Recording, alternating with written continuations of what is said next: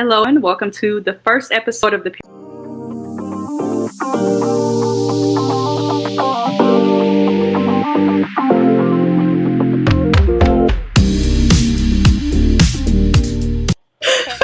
We're live now. Hey everybody, welcome to the ParentPorch podcast, where we come and talk to you about all things parenting and things related to parenting. Super excited today because we have a guest and we are going to talk about motherhood, the tech industry, working moms, all sorts of good stuff, entrepreneurial moms. This is going to be a great conversation. So pull up a chair, maybe grab some notes, grab your favorite drink. I don't care if it's wine or coffee. And come hang out with us for the next few minutes as we chat. I first want to start off by saying thank you to the sponsor of today's podcast, Ep7.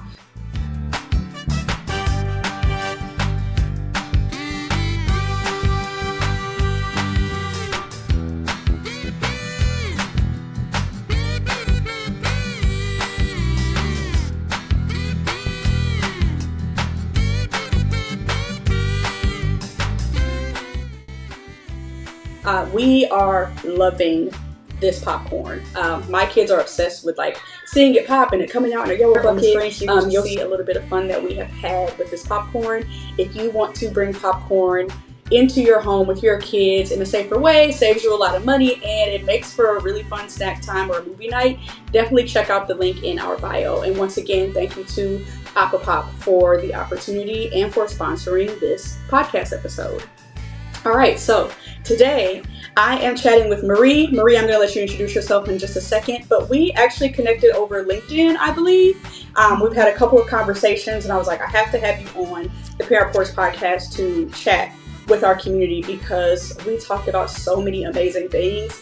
And I'm like, let's take the conversation off of just our computers and open it up to others. So Marie, I'm shooting it over to you for you to introduce yourself, share where people can find you on socials or whatever you're comfortable with, and then we will jump into our conversation.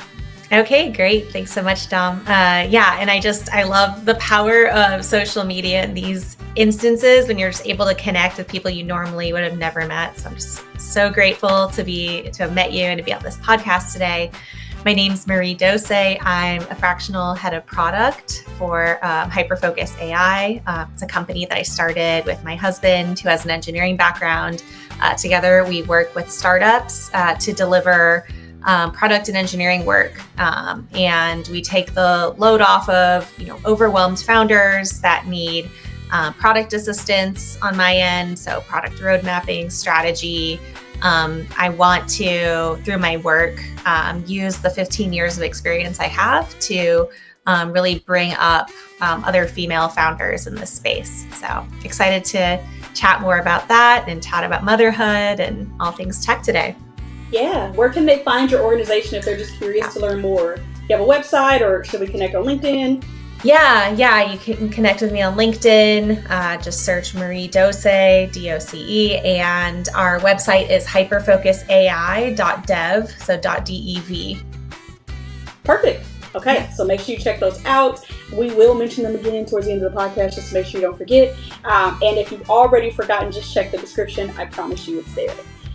So Marie, let's jump in. What drew you into the tech industry in the first place? And what did those early years of success look like for you before becoming a mom shifted your perspective? Yeah. So really, I kind of came into tech in a roundabout way. I studied international relations in college, always had a love of languages and travel. And funnily enough, it was that love of languages and travel that drew me into tech. It was my summer before my senior year of college in 2010. I was back in Boston for the summer and applied to work at an agency.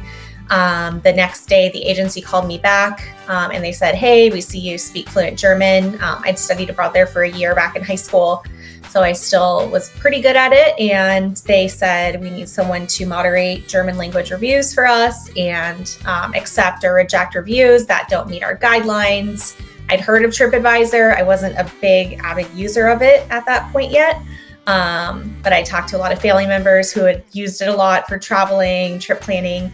And so, yeah, it was a really great fit. I started working there contract, and then a year later took on a full-time role there and ended up staying there for 5 years. Really great years to be at a company like TripAdvisor.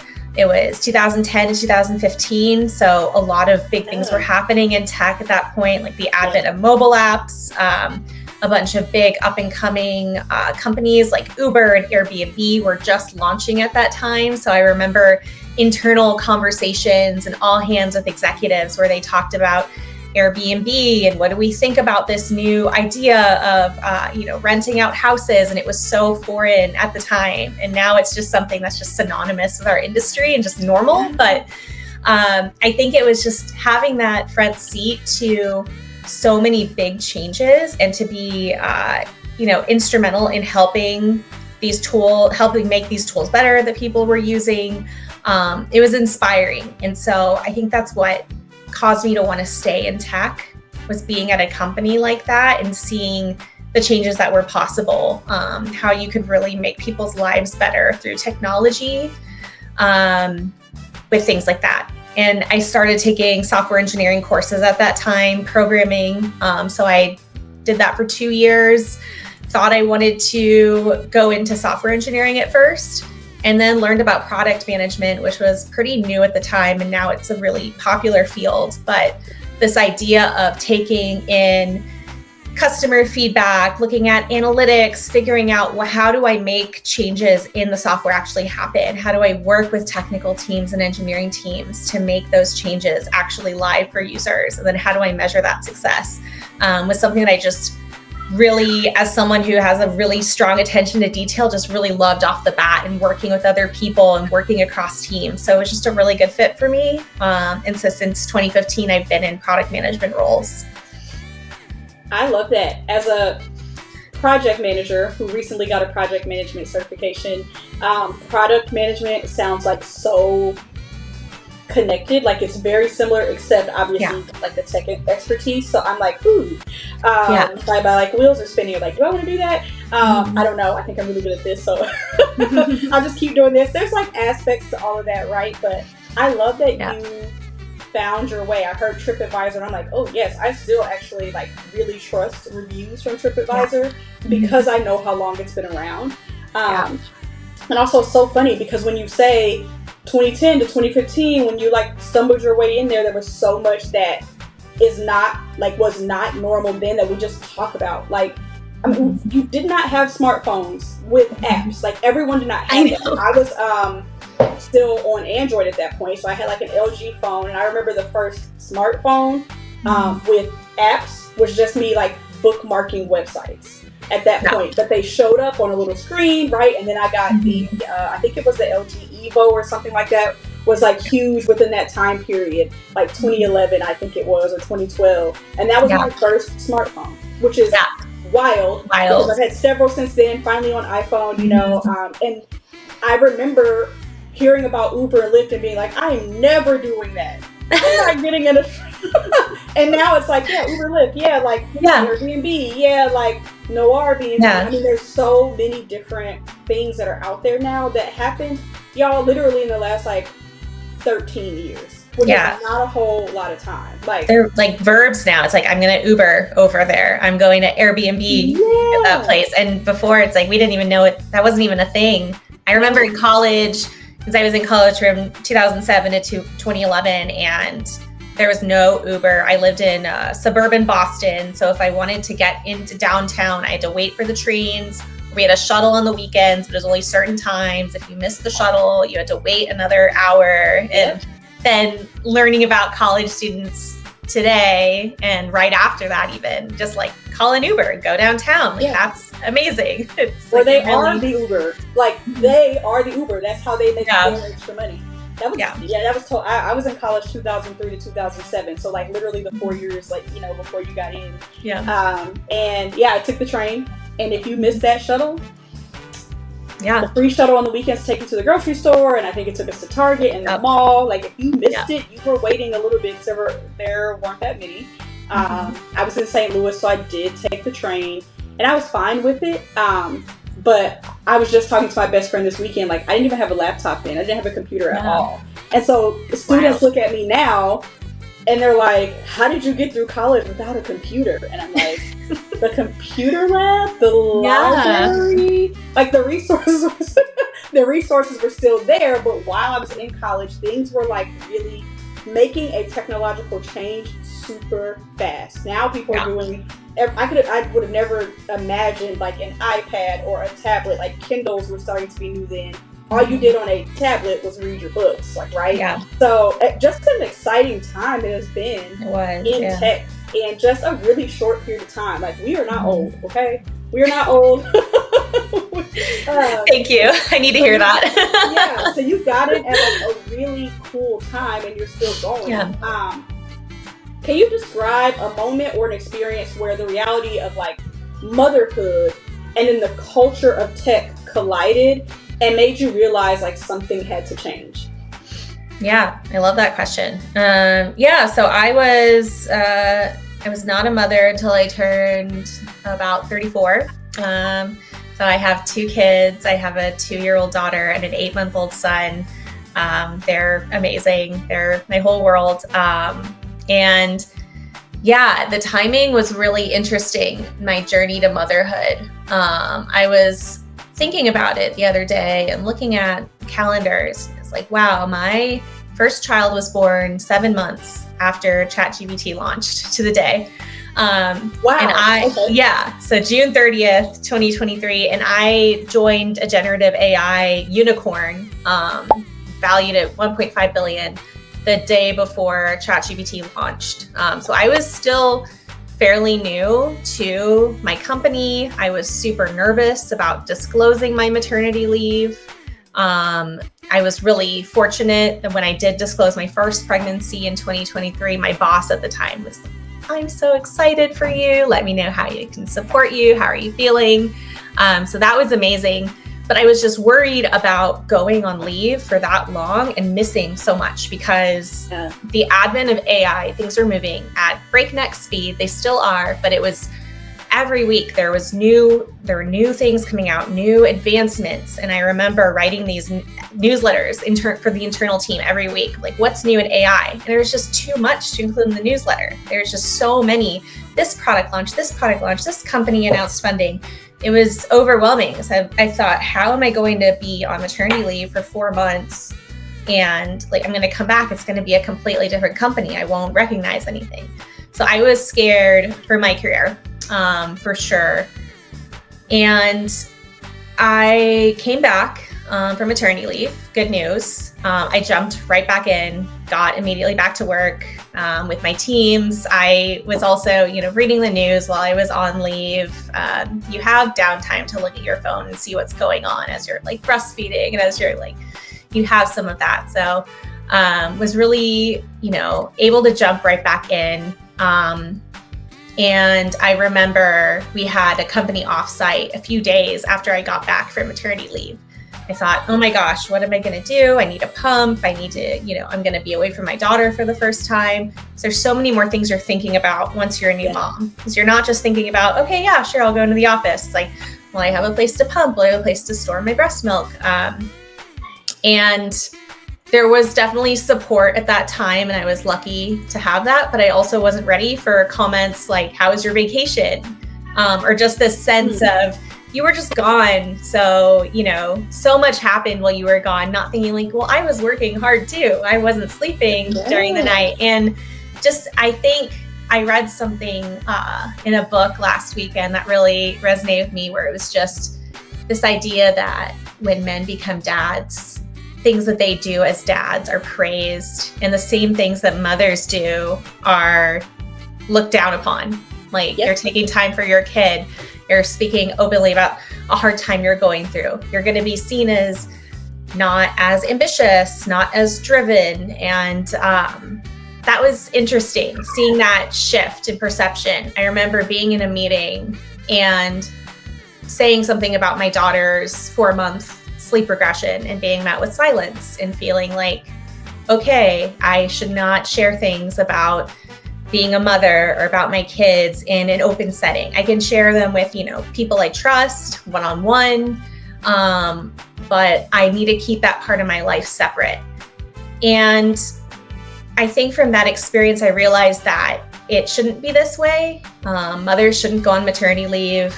Like, mothers should be able to go on maternity leave and take care of their newborns and not risk being perceived negatively for taking that time with their kids, or seen as less ambitious when dads do the same thing and it doesn't change their perception. It's like, wow, look at everything you're doing as a dad. That's amazing. And that same, that same perception should be extended towards mothers. And I guess that's the moment where I realized things needed to change.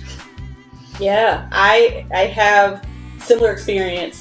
First of all, how was your vacation? I'm like, what? I was growing a whole child. I was laboring. No matter how your child was delivered, that's work. And then recovery. Yeah. If you know, you know. Like, if you've experienced it, then you understand like just how long that takes. It takes years, right? Mm-hmm. To like really recover, because your hormone, like, there's all this stuff in your body trying to adjust. And I remember getting a new job and being pregnant with my son, going on maternity leave with him, coming back, and still doing like really great work, creating things for the team to use. It was helping the team become successful. Mm-hmm. And when it came around to performance review time, other people on my team in the same position, who we had all been there an equal amount of time, I was only gone for 5 weeks, way too short. I needed way more time for C-section recovery, but it was unpaid leave. And in that performance review, when I took my shot at promotion, because I'm watching other people clearly get promoted from the things that I was creating, being told I needed to work for the company another year, so that I could show the company like my, I just needed to get another year in so I could show the company how good I really was, because I had been on maternity leave. Yeah. And I said, well, I started before everyone else. I was only on maternity leave for 5 weeks. It was right around the holidays, so nothing was actually really happening then. I came back when everybody else came back from the winter holidays. Like, I did not miss a beat. Are you using my pregnancy and my maternity leave against me? Oh, no, I didn't mean that, right? And then the same thing happened again. Yeah. You know, like I'm approaching the time where I'm about to have my daughter, so I'm still there and I'm watching people get promoted. Folks were also leaving the company at that time. But I'm like, I'm not the only mom here. As a matter of fact, my manager was a mom who used her motherhood story a lot in having children with like special needs or with premature or whatever, and like somehow that was able to help her advance in her career, but it was weaponized against me and potentially other moms. And I thought that was like, I'm like, is that just me? And then started doing this work and realizing, no, especially when you were telling your story to me when we were chatting, and just hearing that even in spaces at work that are made for moms, being met with silence, and you're like, wow, I thought this was a space where somebody was going to be able to relate. Okay, I guess this isn't the place where people relate, which makes it hard, because motherhood takes up so much of your life. And I am of the belief that moms are more than moms, even if you're a stay-at-home mom, right? You were like, a part of your purpose on this earth is to be an excellent mom, and you're likely doing a better job than you think. But there's other things that you were here to do, right? And so you're right, we praise dads and like, wow, super dad, oh my goodness, you've got a newborn, and look at you, like, you're still showing up and creating whatever. Yeah, look at you doing it all. Yeah. And the mom shows up and you're like, now she's just a mom. Oh, you need to just deal with all the stuff that comes with motherhood, no matter how it's impacting you. Yeah. You're not as motivated now that you're a mom. You're not. And I remember women who were younger than me coming up to me and saying, you know, I don't know when I want kids because I'm afraid of the impact it'll have on my career. And I am really ambitious. And do you still have time to do all the work you want to do? And I wanted to reassure them of like, yes, I still care about my job. I am, I think, even more efficient now that I'm a mother because I have other responsibilities at the end of the day. So I think what would take me perhaps longer before, because I had the whole day and night and, you know, early morning, and now I have other responsibilities, I will just get done more efficiently. And so I would try to reassure them, but also felt like, you know, it is hard, and you can't hide the fact that there is this societal shift in perception that happens. And so I think, my way of handling it when I was in corporate tech was just not talking about it and hiding it. I'm not going to show my babies on camera. I'm not going to, talk about that part of my life. It's like, nope, I'm here. I'm getting work done. Like, we're talking about work. And that's, I think, probably the best advice I have for new moms who are in corporate environments is to just keep that part of your life separate and, hold it sacred because it's amazing and you don't need other opinions coming in. Like, do your work, get it done because you're amazing at what you do, and don't blur boundaries. Yes. Strong boundaries, best advice. Even if people ask to see your kids on camera, don't do it. It's coming from personal experience. People ask to see my daughter. And so I'm like, oh yeah, I guess you guys haven't seen her in a while because I wasn't showing her on camera, even if she was at home before she started daycare. And she was against me.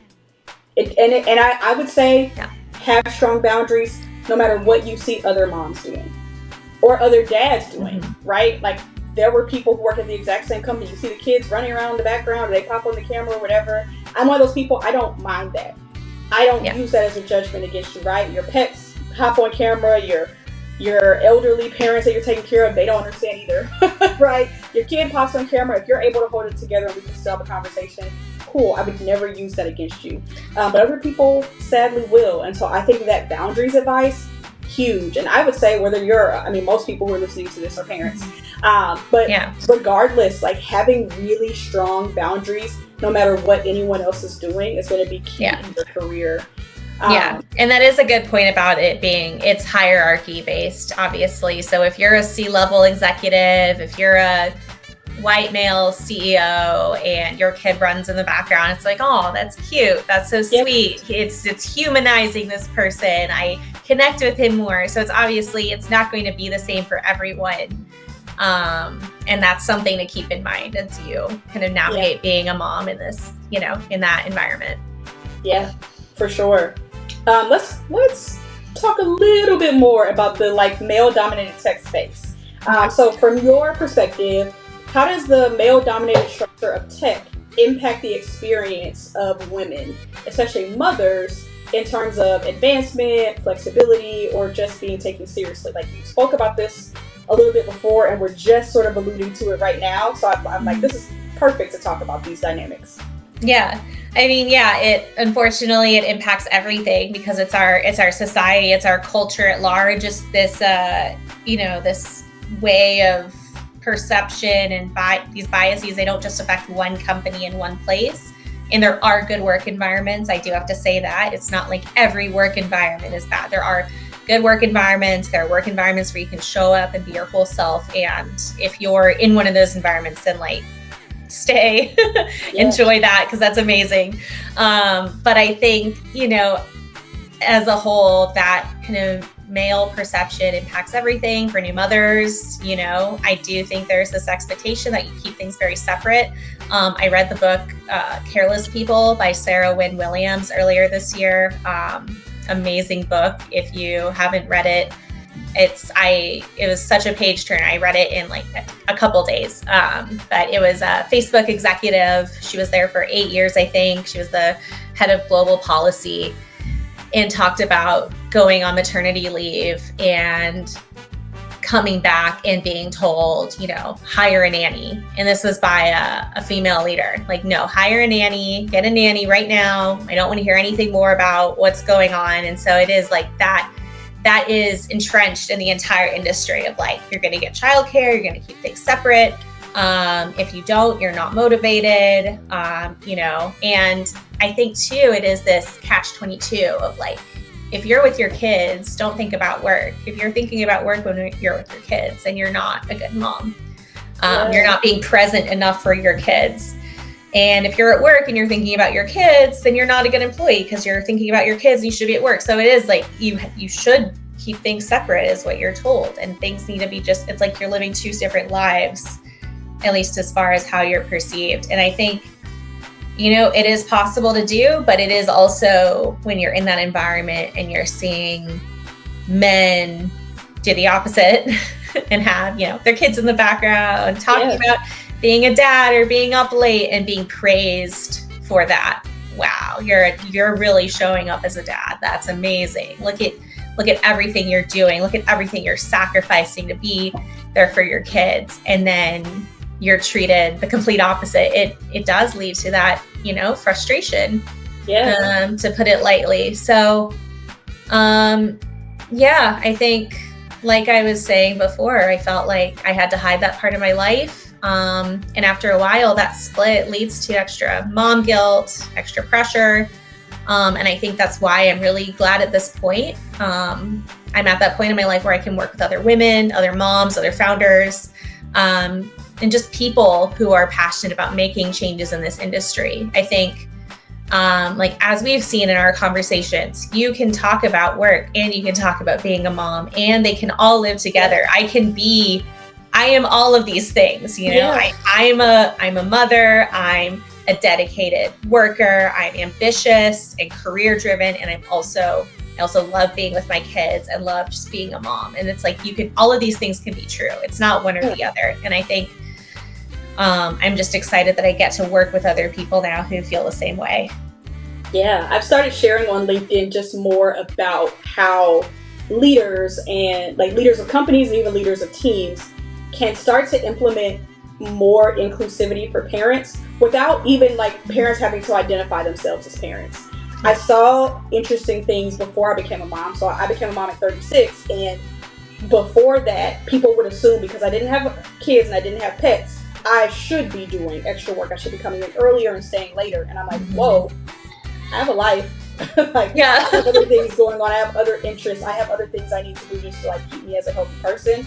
I also have a chronic illness, and I may not have it to give myself, let alone you at this company today, right? But the expectation that I should do that was wild. And then the flip side happens when you become a mom. It's the exact same expectation, even if you have children, because it's you. I am expecting that, even though I have a child who's nonverbal with autism and therapy centers are only open during work hours, I am already making up that time or doing double duty here in the back, and I'm doing my work in the waiting room, before I drop him off or something like that.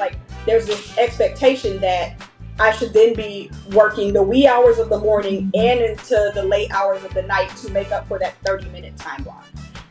Or that other people can do it. Dads they're just gone.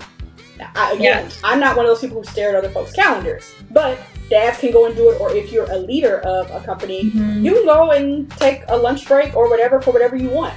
But the moment that I use the breaks that we are legally entitled to, there are questions, and the questions eventually come out. And I would say that almost eats away at your confidence. Not almost, it does. It eats away at your confidence. I remember being really broken and feeling like, I don't know how to build anything. Maybe I'm not good at my work. And when you get down to the nitty gritty of it, it's like, well, who told you that?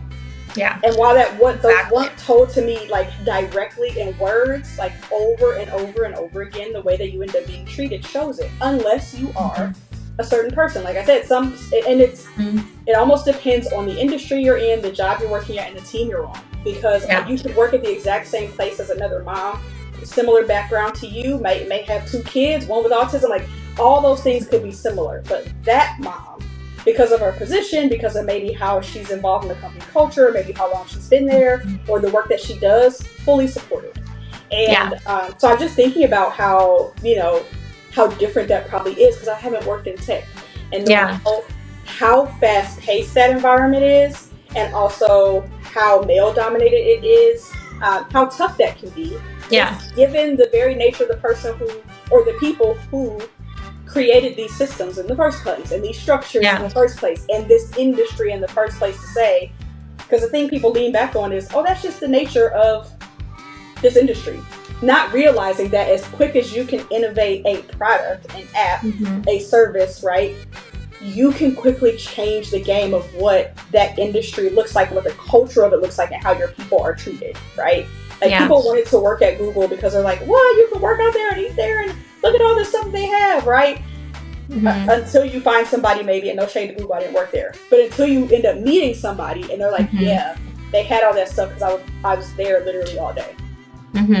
I couldn't leave the building. So, so you're like, ooh, okay, maybe we need more balance there, right? You touched on so many good things. I think, the first thing, absolutely, there is this if you're in your mid 30s as a woman in a career, it's like, oh, is she going to have kids? Does she want kids? That speculation, you never think that about men in their 30s. You're not like, when are they going to have kids? It's like, okay, like, great. I'd hear, a coworker going on paternity leave. Oh, that's great. Excited for him. I'm not going to spend more time thinking about it, but it does feel like this added pressure. And then again, that catch-22 of, if you do have kids, you're seen a certain way. If you don't have kids, you're also seen a certain way. It's like, why is that factoring into the equation at all? I just want to do my work. I just want to do a great job. And the other thing you touched on about, that bias and those messages you get from the outside, you start to internalize it. Am I bad at my job? Am I not motivated? And that's really unfortunate that women have to go through that. And it does make me sad, and has kept me up at night thinking about that. It shouldn't be this way. Did I freeze? Okay, I'm back. Are we back? But you were talking about, oh my goodness. The catch-22 yes. of not being a mom or being a mom. It was the second part of that. Being told you're not, like, having those voices come in. Yeah, I think, women are held to these impossibly high standards. And when you're in these, it's funny too, companies like Google were once seen as, these up and coming new startups, 20 years ago. And now they're like the big corporate tech companies. Same with Meta, Facebook, Apple, all those. But yeah, it's interesting kind of the messages you hear once you're in kind of an environment like that, and you start to believe it. And it's so hard to get out of that. And I think, again, just going back to where I am now at this point, I can, see that time in my life in corporate tech for what it was and know that I did a great job. And I think the important thing is to kind of go back to, okay, how do my peers perceive me? How do they see the work I'm doing on a day-to-day basis? I had engineers during my time at these companies say I was, the best product manager they ever worked with. And I remember those because those are the people that really matter. And I have really close friendships from people with women from my past companies. I still talk to them multiple times a week. And so I just think about those people and remembering that the people that really know you and that spend time with you and can vouch for you and see kind of the work you bring and who you are, like those are the voices that matter, not the people that have one or two interactions with you and form their own conclusions based on societal biases or preconceived ideas they already had coming into it. This is making me think of another really great piece of advice, is having a happy folder. So anytime that someone messages you on Teams or in the chat or sends you an email and they're praising you and the work that you're doing, put it in a happy folder and make that available like off of your work computer as well, so you can take that with you. One, it helps you remember all of the accomplishments that you're making. Two, you'll remember subconsciously what time period that was, and maybe like, wow, I was really struggling with sleep then, but they said I gave the best presentation, or came up with a really innovative idea, or maybe I won this award, or I got these accolades. I think it really, really helps. And you can update that on your resume, but also you can just keep it for yourself to remind yourself every single day, every single week. I really am doing great work during this time of huge transition, because there's always transition in motherhood. As the kids grow, there's like a new thing, there's a new stage. And that's parenting in general, right? Dads are dealing with that as well. So same advice. I do want to say also, no shade to dads, right? No shade to dads at all. I know. The systems and structures may be set up to like benefit you and perceive you in that way, but I think dads can do a lot to be there in open spaces for moms as well. When you recognize like, okay, yes, this really does exist. There are things you can do to change what the environment, what the culture of an organization looks like for moms. And ultimately that ends up helping everyone. Absolutely. The other thing I was going to mention is that the assertion that you should just go get a nanny or children should just have childcare really ignores the realities of childcare right now. After I had my kids, it's coming out of COVID. So I had my son in 2021, my daughter in 2022. The wait list for places was years long. Oh my gosh. Like, and then the cost of it is super expensive. Like, it's the same amount or more than rent for some people. I know. And so it's crazy. so where does that money come from? And then if you want to be able to pay them a livable wage, because this person is spending all day with you, so paying a nanny $10 an hour just to watch your one child or even two children is really ridiculous, because then how do they afford somewhere? I don't have space for a nanny to live with me, to have a live-in nanny, but even that, the costs go up because I'm paying for food, I'm paying them for their labor, I'm paying for the electricity, the internet, like all of that. And so even if I am making a high wage of $150,000 a year, let's say, in the area of like Dallas, Fort Worth, that's not enough to even do what these people are suggesting, right? And I know that there are people who are thinking, how is that not enough? I promise you it's not, sadly. If I told you how much I just spent on paper towels and one of my son's supplements just this morning, it's just those two things, you'd be like, why does it cost that much? It costs that much. I don't know. I don't make the cost. So when you add in, just get a nanny and just do this and just work there, we'll just switch into that industry, that's not good advice for moms. And are you giving the same advice to dads? Are you telling a father, just get a nanny? No. No. Absolutely not. The fathers of my children, no one has told them that. Now, they do have to fight to be with their children a lot in the industries that they're in. But and they make it happen. However, it's tough because depending on the industry, it's like you said, like we've said before, sometimes you have to hide the fact that you're a parent, or if you are a parent, the expectation, I think, for dads is like, oh, well, they've got a mom. Yeah. So like somebody's going to handle it. You still need to be here. Mom's going to handle it. Yeah. Yeah. I also want to shout out the state of New Mexico for announcing free childcare. Did you hear about that? That is amazing. Yeah, yes. They announced this. Last week, I think, or 2 weeks ago. 8 kids ages like 0 to 3, fully covered. That's amazing. I had to text my friend in New Mexico and say congratulations. That's just it's amazing. And watch what's going to do for that local economy in that state. Watch how many people are going to now be able to start businesses, to be able to become employers of other people. Watch how people are now actually going to be able to like take the jobs that are open because they have childcare and they're not worrying about the cost. It's just, I love that. Thank you for bringing it up because I think it's so relevant to this conversation. Yeah. Let's talk about entrepreneurship. Okay. What inspired you to start your own company, and what fears or challenges did you face in making the leap from employee to founder or co-founder? Yeah. Love that. I think kind of going back to what I was touching on before, I think it was seeing that contrast between what I knew women could offer and the opportunities they were given in corporate environments or lack thereof, is what really inspired me to start my own company. I think when you're in a suboptimal work environment and you're told your opinions or your skills or your experience don't matter, that can really weigh on you over time. And I saw that happen to so many women over my years in the industry. And I didn't want to just stay in that. I wanted to be a vehicle for positive change. And again, I have to say again and reiterate, because I think it's important, like not every work environment is going to be bad or grind you down that way, or, so there are good work environments where I think you can make a positive impact. But I wanted to be a vehicle for positive change for women-led startups or startups led by underrepresented founders. And I've seen so many ambitious women who are excited about starting their own companies and have their own just singular, unique vision.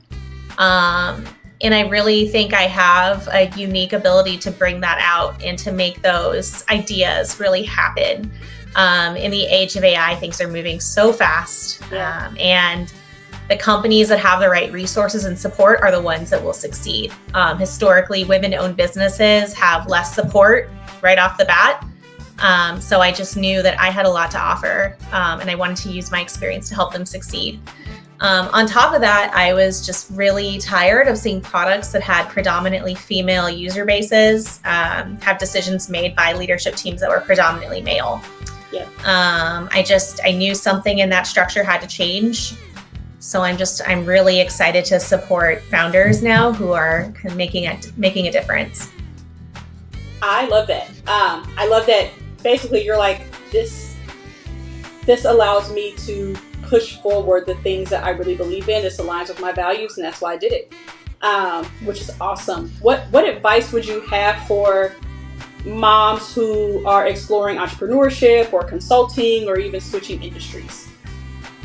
Yeah, I would say the first thing is really hone in on what you're good at, and don't be afraid to really put your accomplishments out there. I think another effect of being in these maybe toxic or male-dominated spaces for so long is you start to be afraid of talking about things you did well. A lot of times as women, if we talk about our accomplishments, we'll be seen as braggy or as not a team player. You always have to shout out your team. And so I think similarly, being in kind of those environments, I stopped talking about my own accomplishments and I became really good at shouting out my teammates, which they appreciated.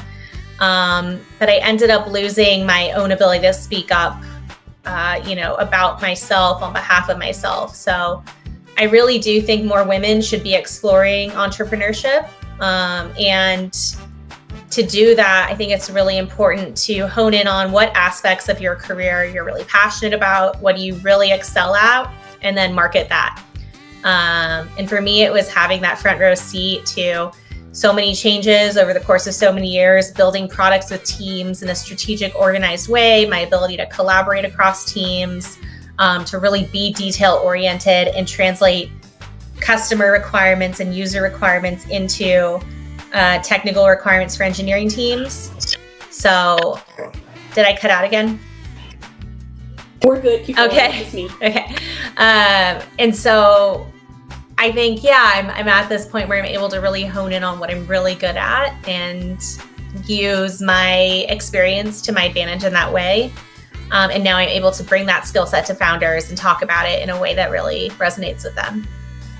Love that. And I love the honing in on what you're really good at, because you'll likely say as an entrepreneur, there's a bunch that I can do. I did the exact same thing. Like, I could do this and I could do that. I had a skincare product business. I was really good at that.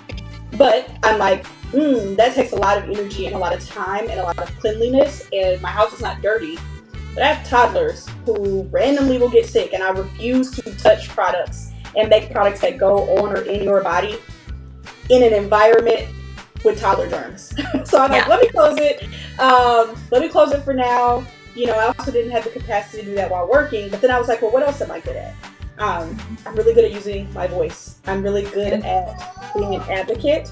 And so I wanted to do that. And I'm really good at just being me. I work really hard to accept that this is me, and I will continue to grow and evolve. And so how could I connect with other people by just being me? Like, I'm sure y'all hear my toddler in the background every now and then excitedly eating his lunch while watching Number Blocks. And some people's like podcasts and stuff, like, they're silent. And I'm like, well, it's weird for me to say I'm a toddler mom and never hear them. You may not see them because I need to protect them. But you might hear them because I'm recording at home, right? And so, that's what I'm really good at. And I promise you, if you focus on what you're really good at, there is a market. Even if somebody else is doing something similar, they are not you. They do not have your unique lived experience and perspective. They didn't do exactly what you did the way that you did it. And I would say use that as inspiration as well. You don't have to steal from them or anything like that. But remember, when somebody else succeeds in that area, you can too. Uber didn't say, or Lyft didn't say, oh, we can't do that because Uber came. Now there's another like self-driving car company, right, that's similar to the both of those on the West Coast. They didn't say, oh, we can't do this because Uber and Lyft exist, right? Taxi companies still exist. They did not go anywhere. You can still get a regular taxi somewhere, right? Same with rental car companies. Same with AI apps. They continue to grow. And so there is the space for everybody. And I think too, I think as women, at least earlier on in life, it's like we're taught to compete against each other. And I think LinkedIn, you see so many people extolling their achievements. And when I see women on that platform that I'm like, wow, they did something amazing. They're really good at talking. I see that not as jealousy, and I don't feel that anymore. I feel this like, I want what she has. How do I get that? And sometimes that means, you know, I reach out to them. I have a conversation. I say, oh my gosh, like you are at this place in your career that I want to be at in 10 years. Or you speak on social media in a way that I really want to emulate. And I think there's really an opportunity for women to inspire each other and lift each other up. And I'm just happy that I get to be a part of that. I love that so much. I love looking at LinkedIn and seeing all the like successful women. I feel like my feed is full of them. And it makes me really happy. It is inspirational. It is like, wow, especially if I know you personally, I'm like, wow, yeah, okay. Like, look at you, you're still growing and advancing. Somebody I went to college with just like created her own company. And I'm like, wow, that's pretty badass. And she's a mom. And so I'm like, I can look up to that. I've got another friend who at the exact same time, we were on the exact same journey. She was my former roommate. Had no idea that we were both doing the same thing until she started sharing what she was doing. And I messaged her and I'm like, friend, we're on the same journey. She like quit her job as being very successful in fashion and said, I want to do content creation. And was like doing it and like is doing amazing. And now she's like, and now I don't want to just be this type of content creator. I'm expanding because, you know, when I started this journey, this is who I was. This is what was true of my life. And here's where I am. And just watching that and knowing like that was my college roommate. Like, I think, right? Like college roommate. Okay. Like we can do this. I've got 2 people I went to college with who are doing amazing things, both women of color, both badasses, both inspirational to me, 2 different industries, doing amazing things. And it's just really cool to see. And the more that I add those folks, like pay attention first of all, but also add new people just to my network and folks I can connect with, there's just more inspiration to come. So I'm glad you shared that. That's amazing. Did I cut out again or am I good? I'm sorry. It said tiny. Okay. Yeah, I lost my train of thought because I got that connection thing. But gosh, that's amazing to see. Yeah, people that you knew in college doing amazing things. Gosh, I lost it. I lost my train of thought. But maybe we'll come back in with my last question for you. Okay. So how has motherhood changed your definition of success, both in your career and in your personal life? And what is something you want other moms who are listening and watching this to take away from your journey? Yeah. Well, I think first to touch on I think how motherhood has changed my definition of success. I think really quick to talk about the broader industry at large. You're talking about friends you know and yourself and your own journey. I saw this article come out a few months ago in New York Times about millennial moms forming their own paths and how this is part of a bigger industry trend of, you know, women were told their whole lives, you want this, you want this, you want this, you want 80-hour-a-week corporate jobs, and then this is happiness. And a lot of women like us are kind of striking out on their own and finding their own definition of success, their own definition of happiness, which I think is just so powerful after kind of going through that journey myself. But yeah, so to talk about myself, I think motherhood has 100% changed my definition of success and for the better. There's this term I learned about probably on social media after I became a mom called matrescence. I don't know if I'm saying it right, but it's basically, it's like adolescence. It's this like biological and mental, emotional shift that happens in your brain and your body after you become a mother. And I think I love that that's something that is being talked about because I think the identity shift is so real after you become a mom. And comparing it to adolescence as far as how radical the change is, I think is adequate after going through it myself. Yes. It's just this powerful, all-consuming love that I have for my children. It's this type of love that I didn't know that existed before. Like so many women have talked about, you don't even know you can love another human being that much until you become a mom. And it's really amazing. It's like it's life altering. I love them so much. I would do anything for them. I treasure the time I get to spend with them. So now my hours are much more planned out and segmented. Our 2-year-old daughter has daycare Monday through Thursday. Our 8-month-old has nanny care Monday through Thursday. So I'm very grateful that I'm at a place where I can pay for that because it allows me to just be full force working on those days, Monday through Thursday. Yeah. But then on Friday mornings, we go to the library as a family, me, my husband, and my 2 kids. We go for story time. We go to play. We check out a new children's book every week that we can read together as a family for story time. And yeah, it's just nice that we have that really specific time together, and the weekends, of course. And I think growing up in the, being a late 30s millennial, grew up in the 2013 Lean-In era, where we were told you can have it all, just, it's so easy, and it's not. And I want to be the person to say, like, look, it's not easy.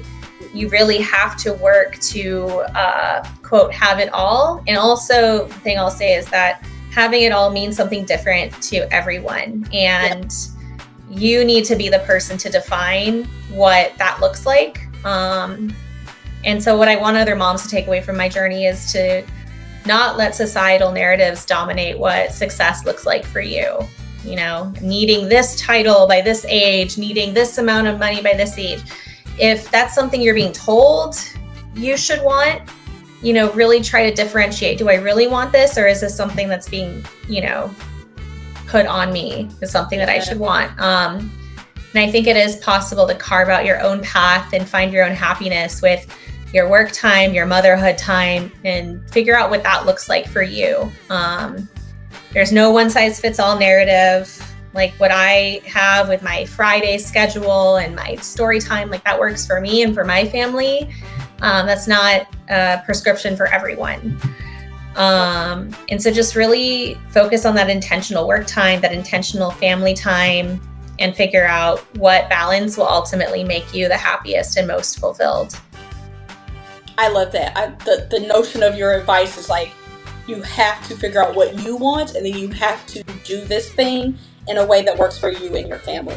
That is such good advice. I think we find ourselves in the cycle of mom shame and mom guilt because we have spent our time trying to do what somebody else told us we should be doing, or what our life should look like, or what our career should look like, versus like what part of this do I actually want?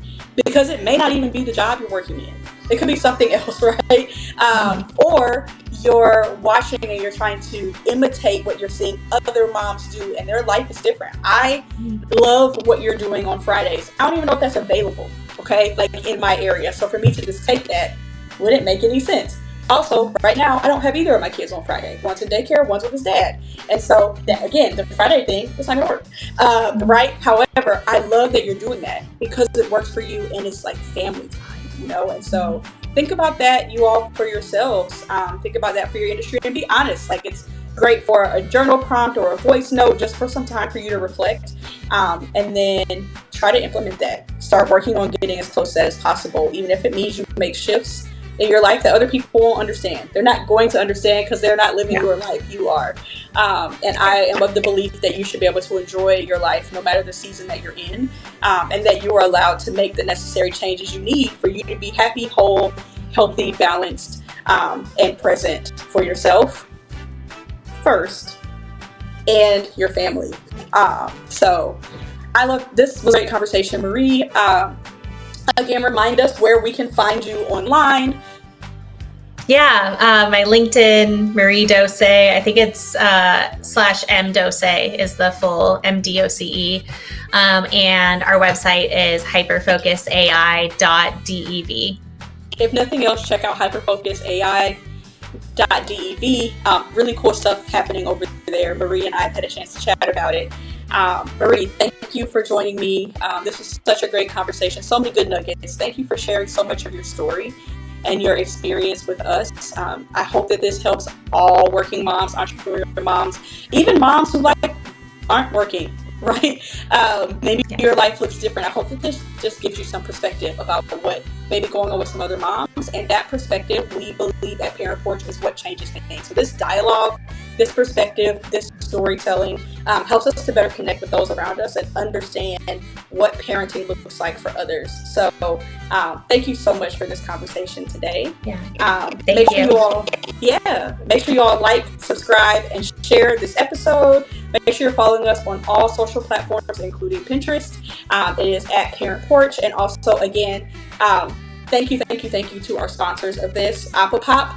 Again, if you want something really cool to do while you're watching our podcast, you should get the starter kit from Apple Pop and start making popcorn with your family and do some really fun things with it. It's fall. This is like popcorn ball season. So, get into it and definitely check out Apple Pop for sure. All right, Marie, that is it. Thank you all for joining us today on the ParentPorch podcast. We'll be back soon. We have some great episodes coming up. Lots of really good interviews. Dads, make sure you stay on the lookout. I've got an interview with a dad coming very, very soon. So, a dad who actually works in tech and AI. So it'll be great. We're kind of on this tech train unintentionally, but I'm excited about it because we'll have your perspective and then his perspective. And I think it'll just be a really good conversation for parents. So we will see you all next time. Thank you for joining us today and make it a great one.